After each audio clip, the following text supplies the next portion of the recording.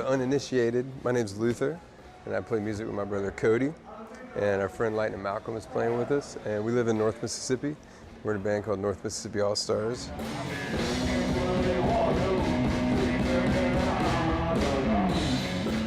With World Boogie is Coming, we definitely set out to go in the studio and just make a definitive piece. We wanted to get back to the place where we could capture what we were doing live, but I'd realized that part of the responsibility of being a younger generations involved in the traditionals and roots music is that you've got to make it appealing to the younger generations, and I'm old-fashioned to a fault, so I was kind of indulging myself in the past in just like being really, really old-fashioned.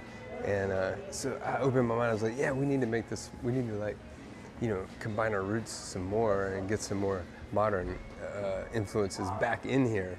And for me, that means turn up Cody. This was an opportunity for us to really make our masterpiece. We've spent all these years on tour and really sort of mastering the craft of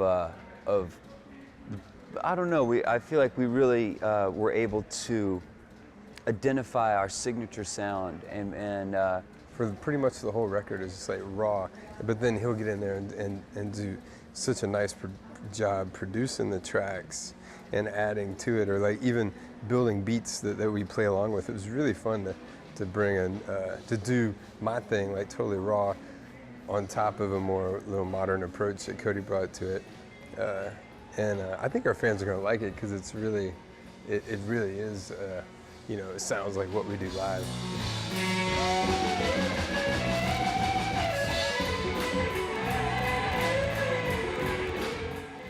We were just talking about the hill country blues scene definitely experiencing a huge resurgence, largely responsible by John Spencer and that whole world. And it was amazing experiencing that, firsthand and being right there and seeing RL and them play. And then we would go down to Junior Kimbrough's juke joint. It was just right down the street from our place, and on Sunday night there was nothing else to do, and that was just what we did for fun, So that was happening when we were doing Shake Hands with Shorty. After the first record, man, it just changed our life, and we were touring the world internationally and playing these festivals, and like all of a sudden I was influenced by all this rock and roll that we were surrounded by, because that was our life. We certainly experienced more success than I expected right off the bat, sort of right out of the gate, which was incredible. It was definitely the right record at the right time, and that led to touring extensively all through Europe and eventually the world. We went from being country boys, hanging out in juke joints, to playing,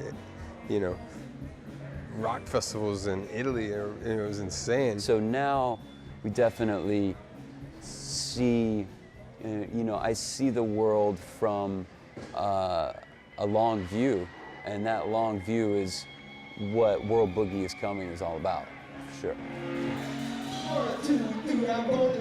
World Boogie is Coming is a phrase my dad used a lot, and it was his sign-off, and it's always resonated with me and with a lot of people. We miss him so much, and it's definitely an homage to him. Our father, Jim Dickinson, was a piano player and a record producer, and we grew up around he and his friends. And they grew up in Memphis, Tennessee, so he and his friends were playing the Memphis Country Blues Festivals, and all the cats like Fred McDowell and Furry Lewis and Sleepy John Estes and Bucka White, they were all playing the same festivals, and there was the Bucka White song, World Boogie, and he and his friends came up with that saying, World Boogie is coming.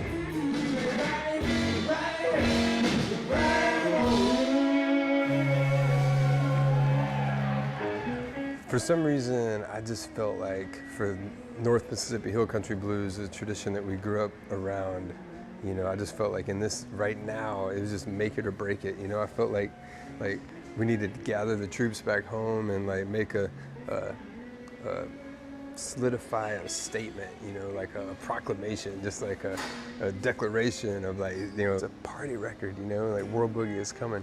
And it's cool, man, because parts of this record remind me of like P-Funk kind of. It's like there's elements, especially with Duane and Sade, of like, it's, we've never really hit that before. And we weren't trying to, but it's just like, it's like, it's cool because you can't fake that funk.